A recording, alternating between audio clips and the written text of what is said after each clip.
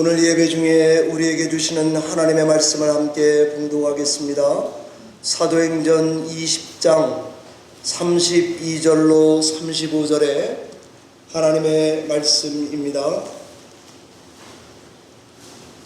신약성경 224페이지쯤에 있는 사도행전 20장 32절에서 35절의 말씀을 한 목소리로 소리내서 읽어 내려가겠습니다. 같이 읽겠습니다. 지금 내가 여러분을 주와 및 그 은혜의 말씀에 부탁하노니 그 말씀이 여러분을 능히 든든히 세우사 거룩하게 하심을 입은 모든 자 가운데 기업이 있게 하시리라. 내가 아무의 은이나 금이나 의복을 탐하지 아니하였고 여러분이 아는 바와 같이 이 손으로 나와 내 동행들이 쓰는 것을 충당하여 범사에 여러분에게 모본을 보여준 바와 같이 수고하여 약한 사람들을 돕고 또 주 예수께서 친히 말씀하신 바 주는 것이 받는 것보다 복이 있다 하심을 기억하여야 할지니라. 아멘. 잠시 기도하겠습니다. 하나님 아버지, 이 귀한 예배 통해서 우리의 심령이 주 앞에 깨지기를 원합니다. 하나님의 말씀을 들을 때에 하늘의 신령한 은사로 우리 심령을 가득 채워주시기를 원합니다. 교회가 행할 바를 알 수 있도록 성령의 감동과 감화로 이 시간 우리에게 동일한 은혜를 내려주시기를 원합니다. 성령이 하나 되게 하심을 힘써 지키는 복된 생명의 말씀이 되도록 역사하여 주시옵소서. 주께 의지하옵고 예수님 이름으로 기도하옵나이다.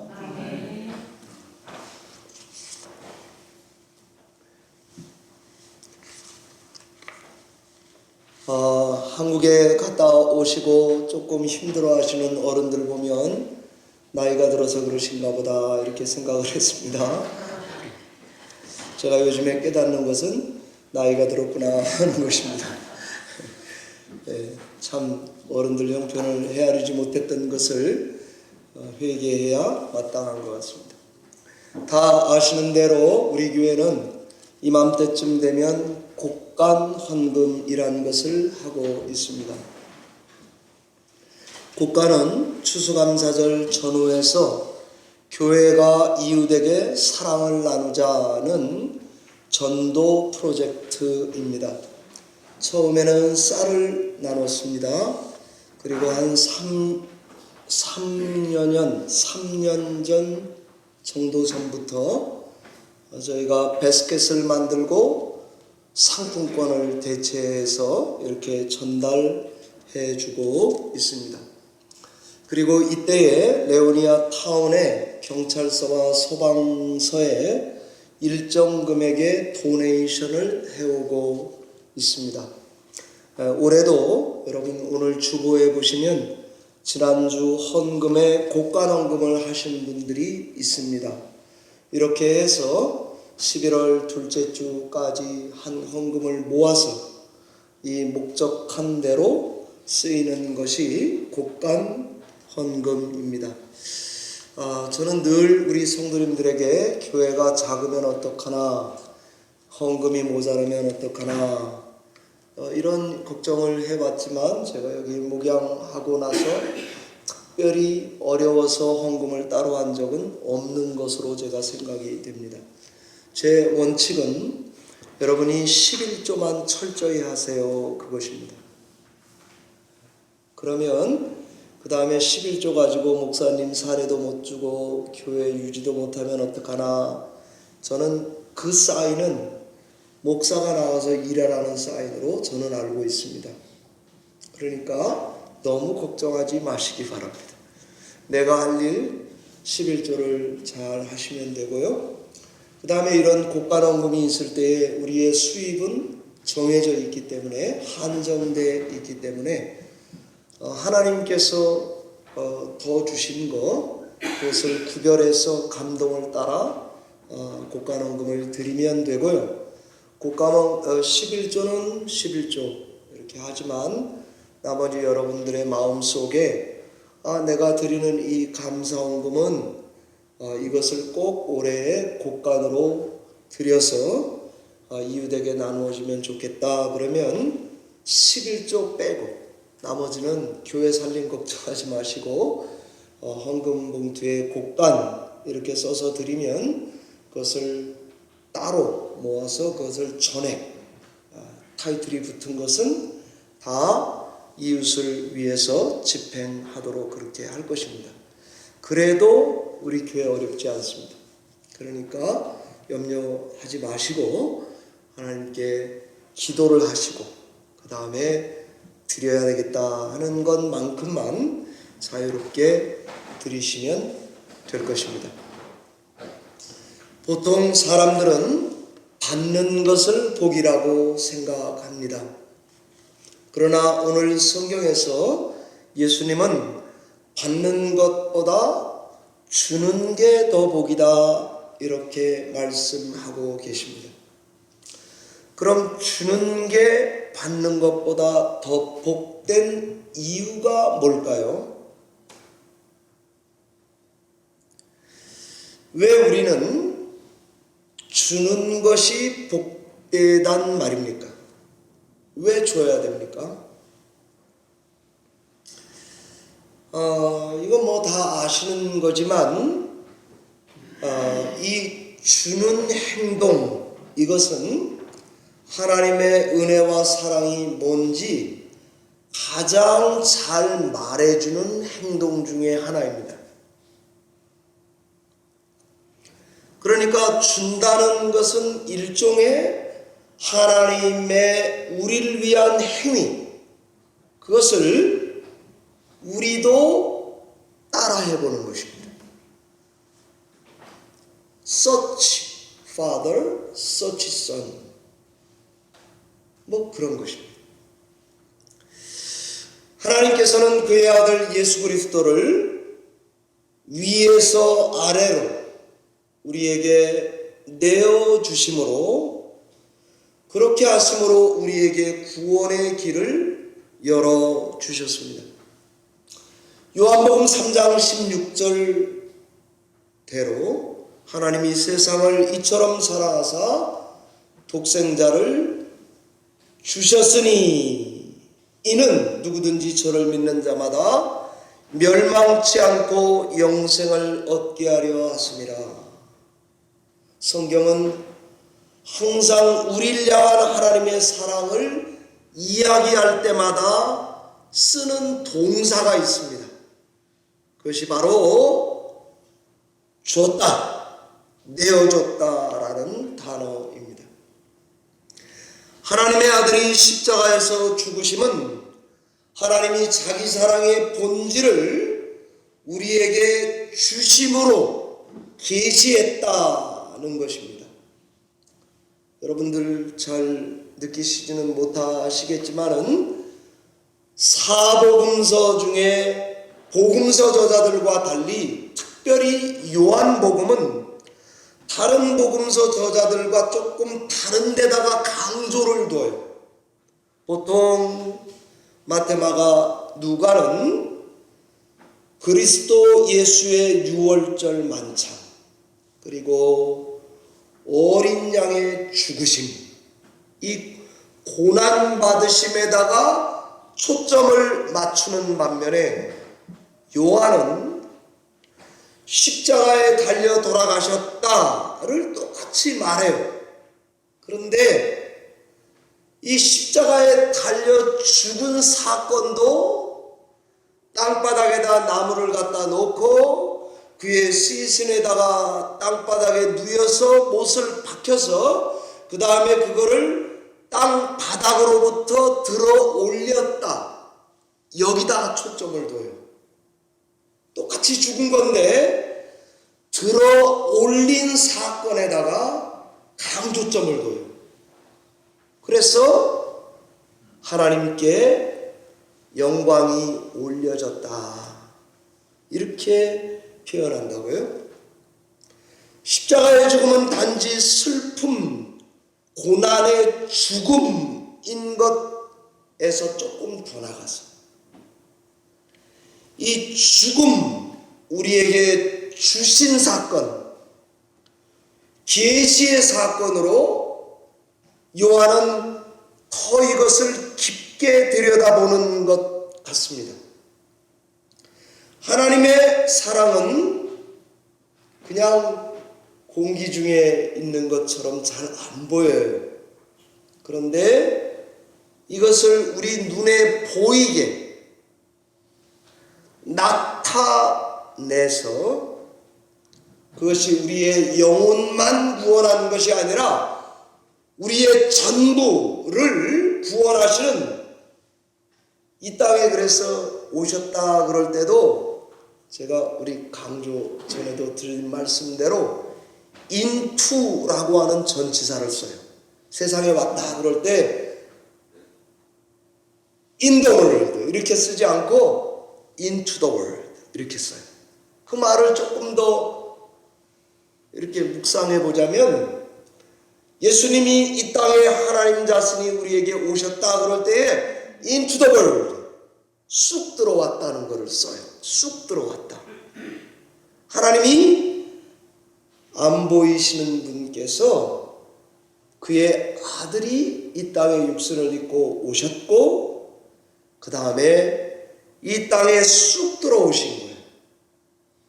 그래서 이제는 보이고 그 보이는 분이 죽고 그 다음에 하나님께 높임을 받아 영광을 돌렸다. 이것을 갖다 표현할 때 줬다는 얘기를 쓴다고요. 이 주는 행위, 이게 그렇게 중요한 것이죠. 예수를 믿는 우리 성도들, 우리 교회들도 바로 이 주는 일을 통해서 우리가 주는 행위를 할 때에 세상에 우리가 누군지 알아차려요. 그 다음에 우리가 믿는 하나님이 누군지 볼 수가 있어요. 그리고 우리가 믿는 믿음의 내용을 이해하게 돼요. 언제요? 우리가 주는 행동을 할 때, 그때 알게 되는 거죠. 그러니까 신앙에서 주는 행위는 굉장히 중요하죠. 세상은 받는 게 복이에요. 그런데 그런 세상에 우리가 사는데 성도들은 아닙니다. 주는 게 복입니다. 이렇게 말한다는 거죠. 이것이 우리가 곡간을 통해서 이 물질을 이웃에게 나누고 물건을 나누고 하는 것에 대한 근거라고 저는 생각이 되었습니다. 우리가 주는 걸 실천하는 게 중요한 이유는 하나님이 옛날에 크게 한번 주고 지금은 안 주시는 게 아닙니다.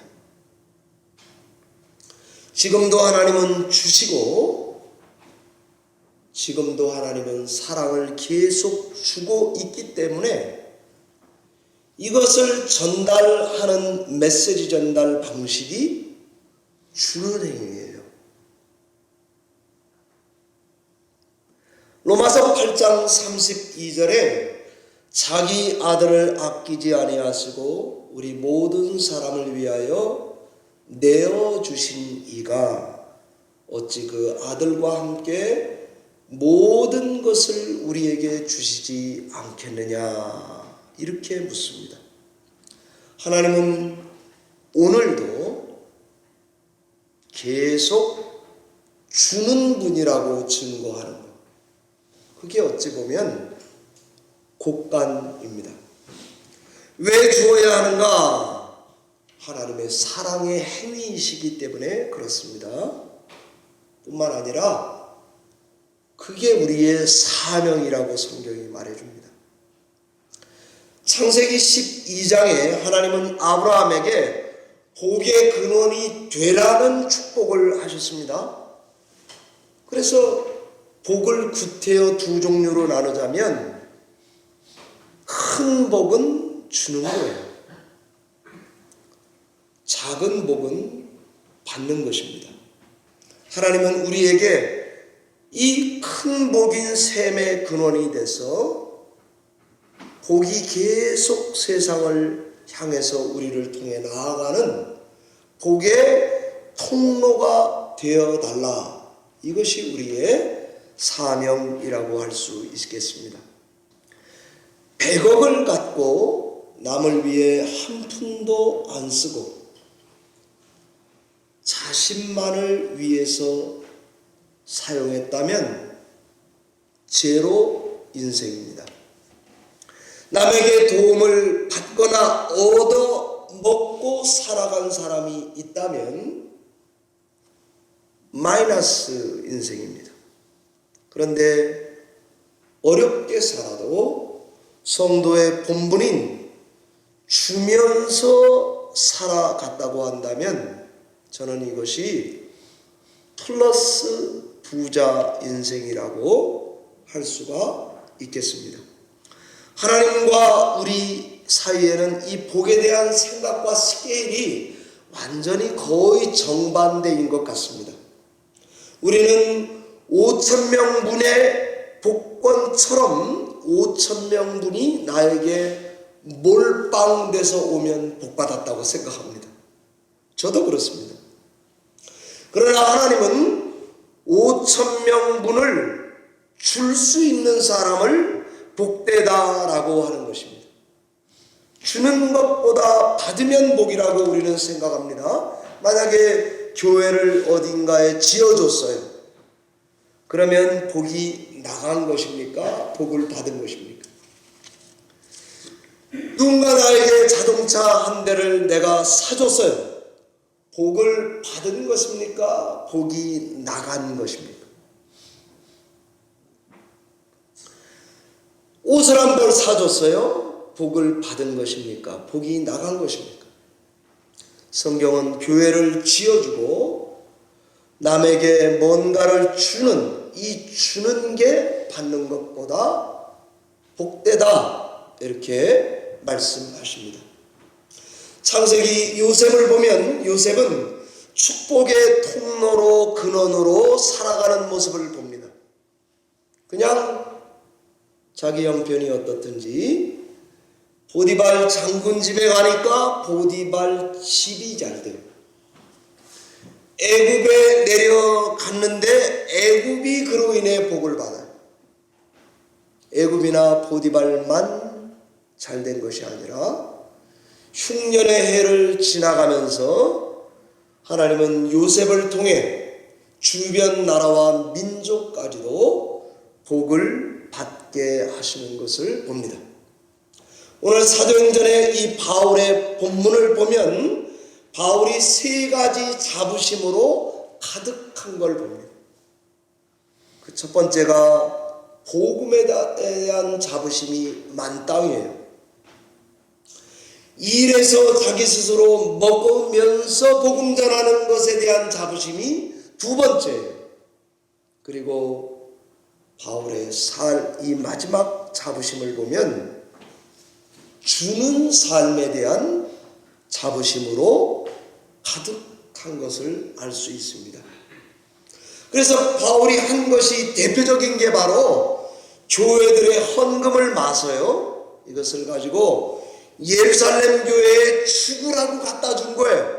예루살렘에 흉년이 들어서 가난해서 준 것도 있어요. 그런데 그는 주는 행위를 통해서 나누는 걸 통해서 교회가 그리스도 안에서 하나다. 유대인과 이방인이 하나다. 나는 그 교회에 헌신되어 있다라고 하는 것을 끝까지 일관되게 보여준 것입니다. 왜 주는 게 복인가? 줌으로써 아버지 하나님을 닮기 때문입니다. 나아가 하나님의 우리에게 부탁하신 사명, 복의 근원이 되기 때문에 이 주는 것이 복되다는 것을 알 수가 있습니다.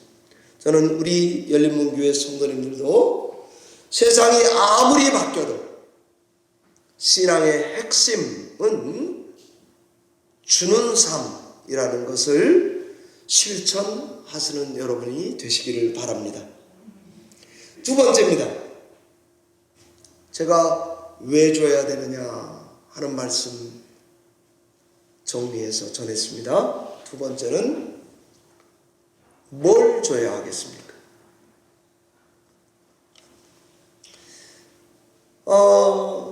돌려 말하지 않고 바로 말씀드리면 구원받은 우리 자신이 전달되도록 주시면 되겠습니다.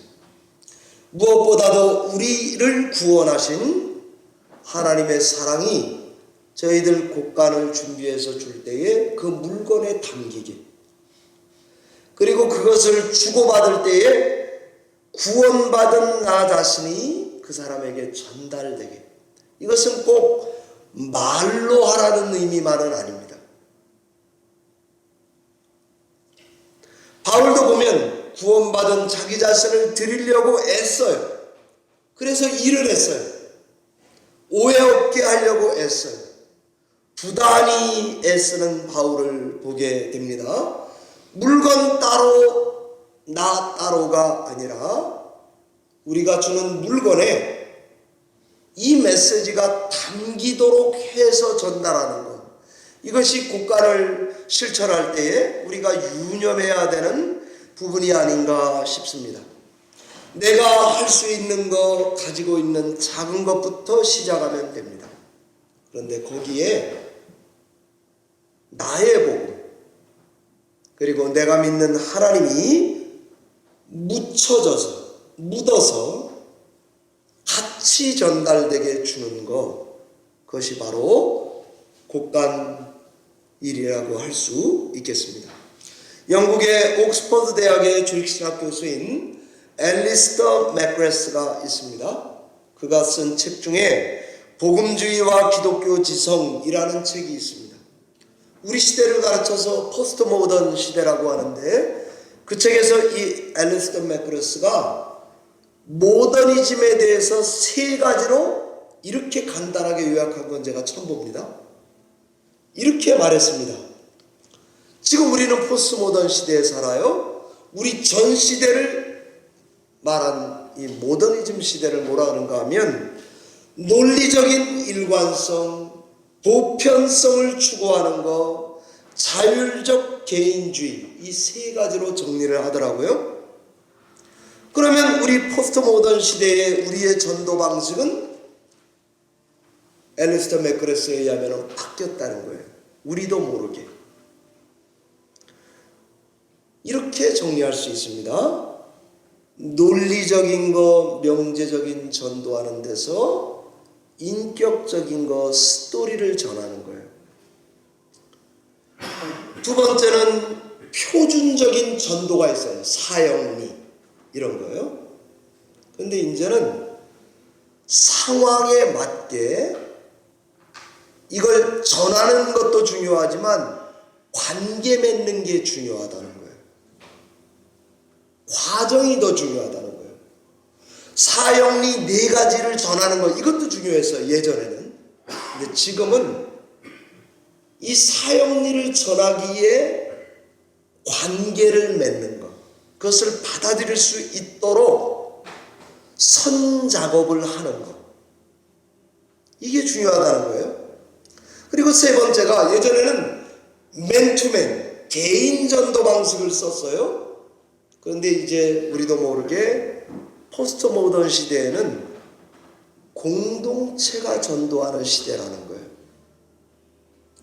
여러분과 제가 곡간을 갖다 줄 때에 맨투맨으로 주는 것도 중요하지만 이 물질이, 이 물건이 교회가 준다고 하는 게 전달되게 주는 거, 이게 이제 초점이 조금 바뀐 거죠. 시대 따라 전도 방식이 바뀔 수 있어요. 그러나 원칙이 하나 있다면 주는 것입니다.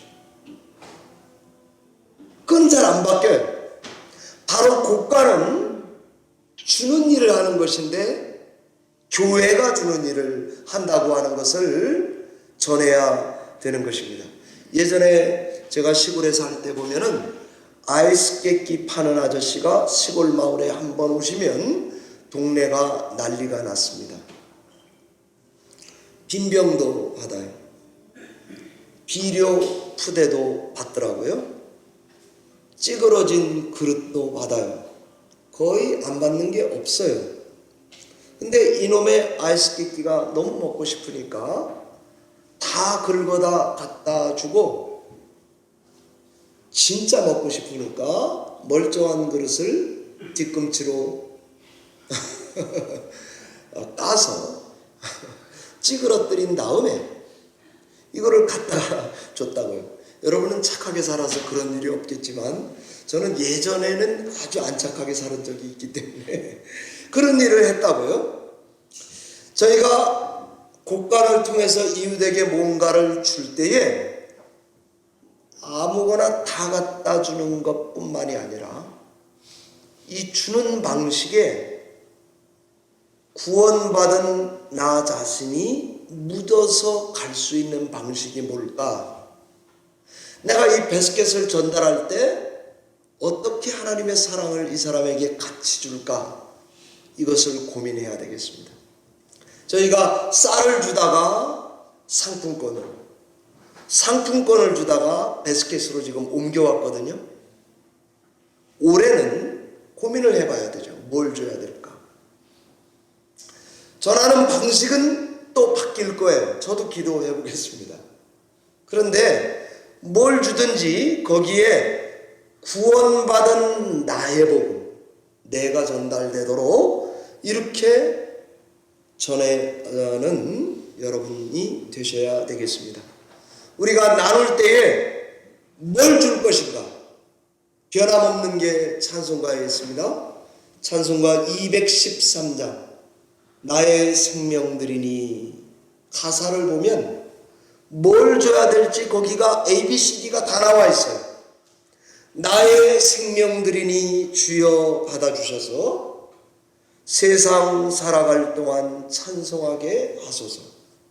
손과 발들이니 받아주셔서 주의 일을 위해서 민첩하게 하소서. 내 음성들이니 받아주셔서 진리 말씀만 전파하게 하소서. 내 보화들이니 받아주셔서 하늘나라 위하여 주 뜻대로 쓰소서. 내 시간들이니 받아주셔서 평생토록 주 위에 봉사하게 하소서. 생명을 드릴 수 있겠습니다. 손발 드립니다. 음성 보화 시간을 드립니다. 은사를 드립니다. 심지어 나의 아픔도 나누어 드릴 수 있겠습니다. 하나님께서 이걸 받아주셔서 이웃에게 나누어지도록 하는 것, 그것이 우리가 이 시즌에 하는 곡간의 목적이기도 합니다. 이게 바로 하나님이 기뻐하는 산제물로 우리를 드리는 길이라고 저는 생각합니다. 이게 바로 우리가 드릴 영적인 삶의 예배라고 생각이 됩니다. 사랑하는 성도 여러분, 올해도 하나님께 이웃에게 주는 일을 하는 여러분과 제가 되실 수 있기를 바랍니다. 세 번째입니다. 어떻게 줘야 할까요? 저는 이 주는 사명이 어려울 때 어려워도 주는 게 사명이라고 생각합니다. 전에도 제가 말씀드렸는데, 곡간 이렇게 막 돼서 제가 이런 비슷한 설교를 또 드렸어요. 그랬더니 성도님들이 그러더라고요. 아니, 남 주기 전에 나도 가난해가지고 이 바구니를 우리 집에 그냥 놓고 썼으면 좋겠다는 거예요. 근데 제가 그 말이 굉장히 인상적이었어요. 성도들도 어렵구나. 그런데 그래도 줘야 합니다. 신명기 15장 10절에 보면 주는 것에 이런 축복을 약속하고 있습니다. 너는 반드시 그에게 줄 것이요 줄 때에는 아끼는 마음을 품지 말 것이니라. 15장 7절은 내 하나님 여호와께서 내게 주신 땅 어느 성읍에서든지 가난한 형제가 너와 함께 거주하거든 그 가난한 형제에게 내 마음을 완악하게 하지 말며 내 손을 움켜쥐지 말지니라 그랬습니다. 주는데 겸손하게 줘요. 후하게 줘요. 넉넉하고 풍성하게 줘요. 그리고 인내로서 계속 주는 일을 하는 것입니다. 신약 누가복음 6장 38절에 보면 주라 그리하면 너희에게 줄 것이니 후히 되어 누르고 흔들어 넘치도록 너희에게 안겨주시리라 그랬습니다. 저는 이 곳간에도 이런 것을 실어야 한다고 생각이 됩니다. 어려운 사람에게, 안 믿는 사람에게도 줘요. 그러나 갈라디아서 6장 10절과 같이 믿음의 가정들에게도 줘요. 넉넉하지 않아요. 그런데 줘요. 가난한 과부가 두 렙돈을 성전 연보계에 넣을 때 예수님이 그걸 보고 칭찬을 이렇게 하셨습니다. 그들은 다 풍족한 중에 넣었지만 이 과부는 가난한 중에 자기 모든 소유, 생활비 전부를 넣었다라고 칭찬했습니다. 마리아가 예수 그리스도께 향유 옷값을 깨뜨려서 자기가 결혼하기 위해서 평생 모아둔 재산, 향유를 깨뜨려서 드렸던 것 같아요. 그것을 예수님이 칭찬합니다. 칭찬하는 내용은 이렇습니다. 이 향유를 부은 것은 내 장래를 위함이라 그래요. 조금 얼토당토하죠, 그죠? 그냥 이렇게 저는 이해가 됐습니다. 가난한 중에 나에게 드리는 마리아가 나를 안다는 것입니다. 어찌 보면 어려울 때 드리는 이 행위, 이 신앙의 모습을 통해서 하나님의 사랑을 더 깊게 체험하는 계기가 될 수 있겠다는 생각이 듭니다. 제가 이 말씀을 준비하면서 한경직 목사님께서 오늘 읽은 사도행전 20장 32절에서 5절의 본문을 가지고 설교하신 게 거기 있었어요. 그래서 제가 이분 설교를 가만히 보니까 왜 주는 게 복이냐 하는 것을 네 가지를 들더라고요. 첫 번째는 주면은 성도가 점점점 자립하게 된다고 권하더라고요. 우리가 자립하게 된다는 거예요. 왜? 주려고 더 부지런히 살아요. 모자라니까 더 발버둥쳐요. 두 번째는 인격이 고상해진다고 한경기 목사님이 나열하셨어요. 세 번째는 줄 때 기쁘다고. 네 번째는 애쓰고 힘써서 주는 생활을 하면 하나님의 각별한 복이 있다고 그분의 설교를 하시더라고요. 그러면서 이분이 이런 말을 하셔요. 사마리아인의 비유에서 제사장과 레위인들은 강도만 난 사람을 그냥 지나갔어요. 사마리아 사람은 최선을 다해서 도운 줄 우리가 알아요. 그날 밤에 집에다 들어가서 다리 피고 잤을 거예요. 어떤 사람이 제일 마음이 기뻤겠는가 묻더라고요. 그러면서 한경직 목사님이 우리 다 아는 대로 준 사람이 기뻤다는 거예요. 그러면서 설교를 하신 것을 설교문을 읽었습니다. 최일도 목사님이 한경직 목사님을 돌아가시기 전에 만난 적이 있다고 그래요. 왜냐하면 바퍼 운동을 했기 때문에 그거 가지고 이제 유명세를 타셨어요. 그래서 이분은 통합측 목사 아닙니까? 영락교회는. 그러니까 최일도 목사님이 한경직 목사님을 찾아갔는데 바퍼 사역을 하는 최일도 목사님입니다. 그리고 소개시켰대요. 그러니까 이분이 알고 있다고 그러시면서 두 가지를 부탁하셨다는 게 최일도 목사님 전언입니다. 이렇게 했대요. 밥을 퍼주면서 40년을 40년을 살아오셨을 텐데 나눔을 실천하면 사람들이 반드시 당신을 칭찬할 것입니다. 그러면 그분이 그렇게 표현했더라고요. 반드시 칭찬을 들을 때 거저 아닙니다. 그렇게 답하라고 가르쳐 주셨대요.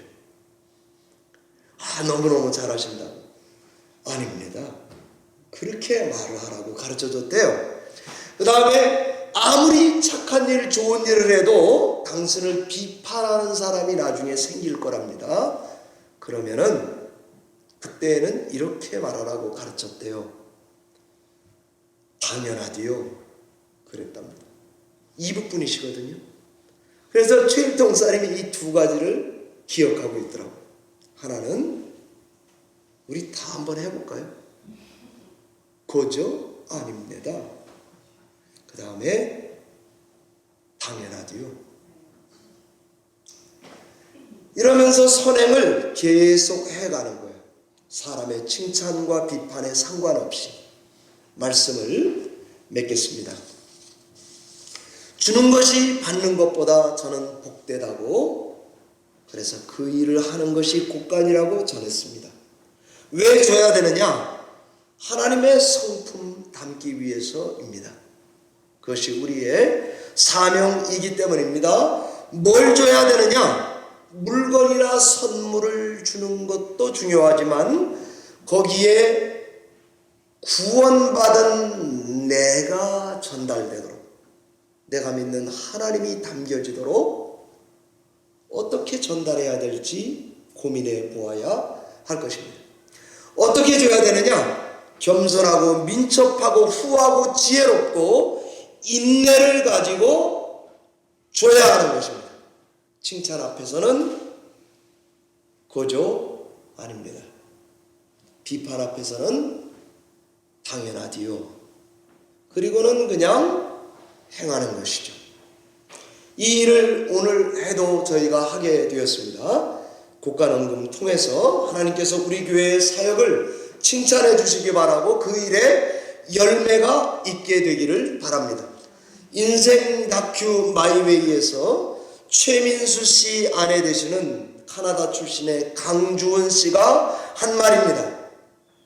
많은 연예인들이 이혼하고 하는데 어떻게 지금까지 그렇게 행복하게 사셨습니까? 이렇게 물으니까 말도 마십시오. 정말 힘든 것은 말로 다 할 수 없었습니다. 그러나 저는 참고 또 참고 한 송이 꽃이 되기보다는 많은 꽃을 피우는 꽃밭이 되어야겠다라고 마음먹고 인내하다 보니까 어느새 행복한 삶을 살고 있었습니다. 굉장히 설득력 있습니다. 어찌 보면 우리가 받은 소명, 이 주는 삶도 저는 이분의 고백과 똑같을 거라고 생각이 됩니다. 여러분, 자기만이 아니라 남도 행복하게 한다는 점에서 이 주는 것은 고품질, 고품격입니다. 주는 것보다 좋은 전도 전략은 세상에 아직 없습니다. 올해도 우리가 복음을 살고 복음을 이야기하는 데까지 한다면 더 좋고요. 혹시 거기까지 좀 여유가 없고 미치지 못해도 주는 것을 실천해서 하나님께서 우리 열린문교회와 성도님들이 더 풍성한 한 해를 살아갈 수 있기를 바랍니다. 기도하겠습니다.